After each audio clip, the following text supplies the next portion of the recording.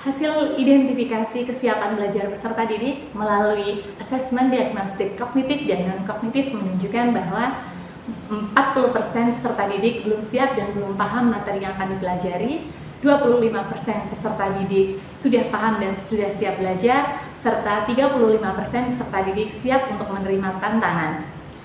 Akankah kita seragamkan metode kegiatan pembelajaran serta media yang digunakan? Tentu tidak, kita perlu menerapkan pembelajaran berdiferensiasi untuk mengakomodasi dan memenuhi kebutuhan serta karakteristik kesiapan belajar peserta didik tersebut. Perkenankan, saya Laili Rahmatin Apriliani akan menyampaikan praktik baik pembelajaran saya bertajuk Integrasi Media Interaktif 3on3 pada pembelajaran berdiferensiasi pada materi pokok ruang sampel. Praktik baik pembelajaran yang dilakukan adalah pembelajaran berdiferensiasi proses berdasarkan kesiapan belajar peserta didik dengan menggunakan integrasi media interaktif 3on3. Mengapa dinamakan media interaktif 3on3?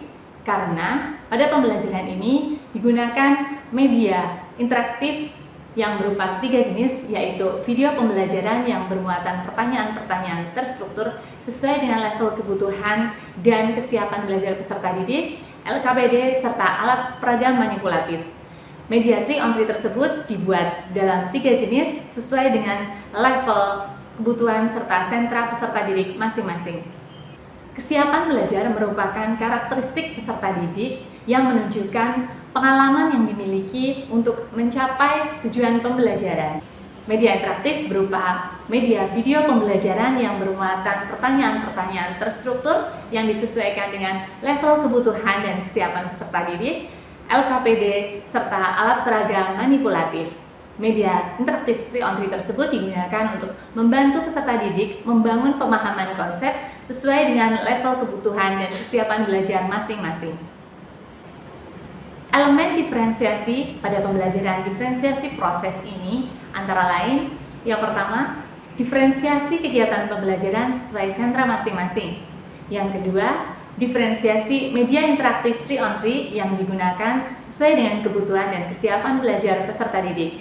Yang ketiga, kompleksitas permasalahan kontekstual yang disajikan sesuai dengan level kebutuhan setiap sentranya masing-masing. Pada awal pembelajaran, guru melakukan identifikasi kesiapan belajar peserta didik. Peserta didik diberikan asesmen diagnostik kognitif dan non-kognitif.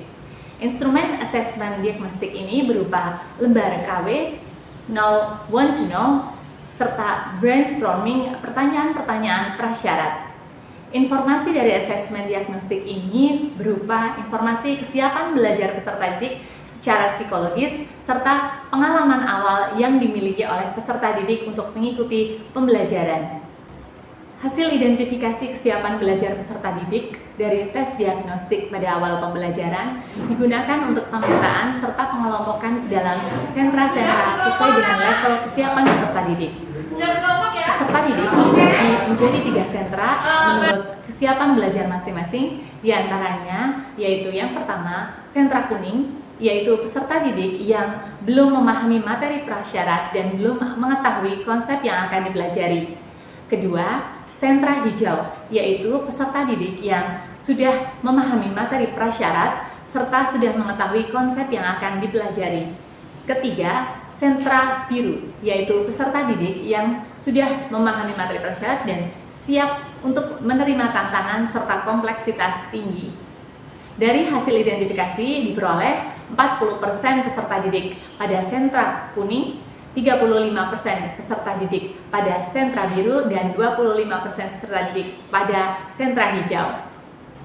Selanjutnya, guru menerapkan pembelajaran berdiferensiasi proses yang menitikberatkan pada diferensiasi kegiatan pembelajaran yang bervariasi menurut sentranya masing-masing, serta menggunakan media interaktif 3on3 berupa video pembelajaran yang bermuatan pertanyaan terstruktur, LKPD sesuai dengan sentra masing-masing, serta alat peragam manipulatif yang diperlukan pada sentra kuning, yaitu kelompok peserta didik yang perlu bantuan karena belum memahami materi prasyarat dan belum mengetahui konsep yang akan dipelajari.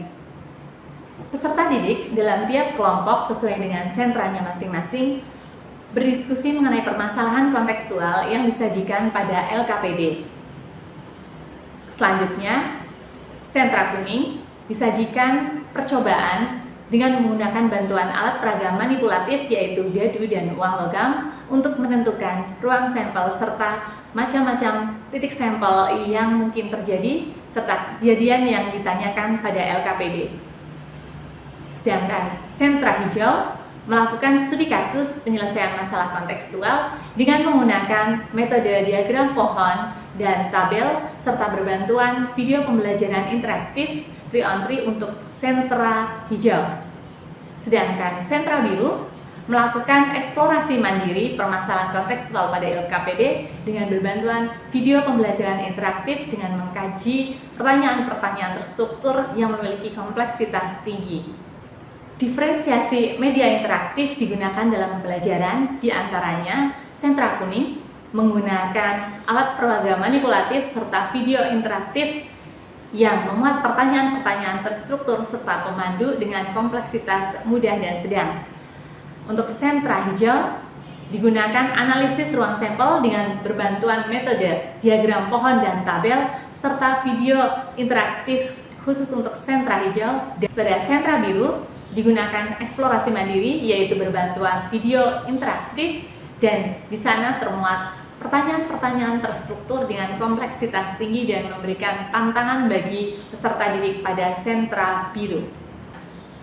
Tiap kelompok sesuai dengan sentranya masing-masing melakukan diskusi menyelesaikan permasalahan kontekstual dengan berbantuan media 3-on-3 sesuai dengan level kebutuhan dan sentranya masing-masing.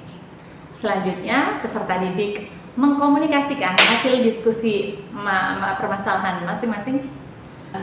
Selanjutnya, tiap kelompok sesuai dengan sentranya masing-masing mengkomunikasikan hasil diskusi penyelesaian permasalahan kontekstual di depan kelas sesuai dengan sentranya masing-masing dan mengkomunikasikannya kepada peserta didik yang lain. Membuat diagram pohon, kami menuliskan titik-titik sampel yang kemungkinan muncul, ya 1, 2, 3, 4, 5, 6 untuk mata dadu dan AG mewakili angka dan gambar pada uang logam. Setelah kami analisis, kami menemukan cara cepat untuk menentukan banyaknya titik sampel tanpa harus membuat diagram yang berikut ini. Caranya adalah dengan mengalihkan jumlah titik-titik sampel pada benda yang dibuat percobaan. Untuk benda yang kami buat percobaan adalah 1 buah dadu dan 2 buah logam. Guru memfasilitasi pelaksanaan diskusi dalam pembahasan hasil diskusi tiap kelompok tersebut. Ada berapa cara? Ada 3 cara, yaitu apa saja? Angkat tangan. Ya, notasi, betul. Terus apa lagi? Dengan kata-kata. Kemudian dengan apa lagi?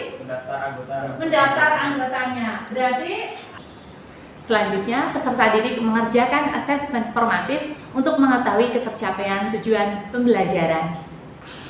Guru bersama dengan peserta didik menyimpulkan apa yang telah dipelajari pada pembelajaran kali ini. Kita simpulkan bersama pembelajaran hari ini ya. Apa yang kalian peroleh dari pembelajaran hari ini?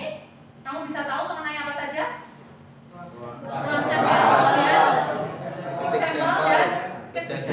Oke, apa itu ruang sampel? Ada yang bisa menyimpulkan? Angkat tangan. Jawab saya, Bu. Iya, Mas Kris. Ruang sampel adalah digunakan semua kejadian yang mungkin terjadi. Iya, betul sekali. Guru dan siswa melakukan refleksi pembelajaran. Hasil refleksi peserta didik serta penelusuran respon peserta didik menunjukkan bahwa lebih dari 80% peserta didik berpendapat bahwa pembelajaran efektif dan menyenangkan. Sebagian besar peserta didik memberikan respon yang positif terhadap pembelajaran. Lebih dari 85% peserta didik beranggapan bahwa media pembelajaran yang digunakan sangat praktis dan membantu peserta didik dalam memahami konsep yang dipelajari sesuai dengan kebutuhan dan karakteristik kesiapan belajar peserta didik masing-masing. Demikian tadi pemaparan praktik baik yang saya lakukan, semoga dapat menginspirasi para pendidik yang lainnya.